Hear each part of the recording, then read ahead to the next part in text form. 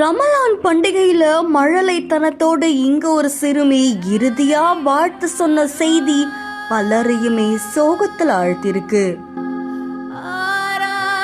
இறைவனை வேண்டி தொழுகையில ஈடுபட்ட அம்மாக்கு காத்திருந்த பெரும் அதிர்ச்சி.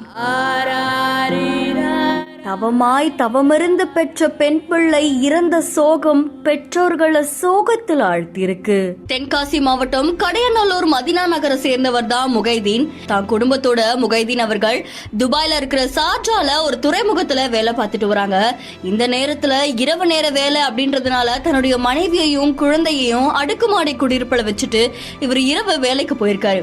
அன்னைக்கு ரமலான் பண்டிகை அப்படின்றதுனால இவங்களுடைய மனைவியான சக்கீனா இரவு நேரத்துல சிறப்பு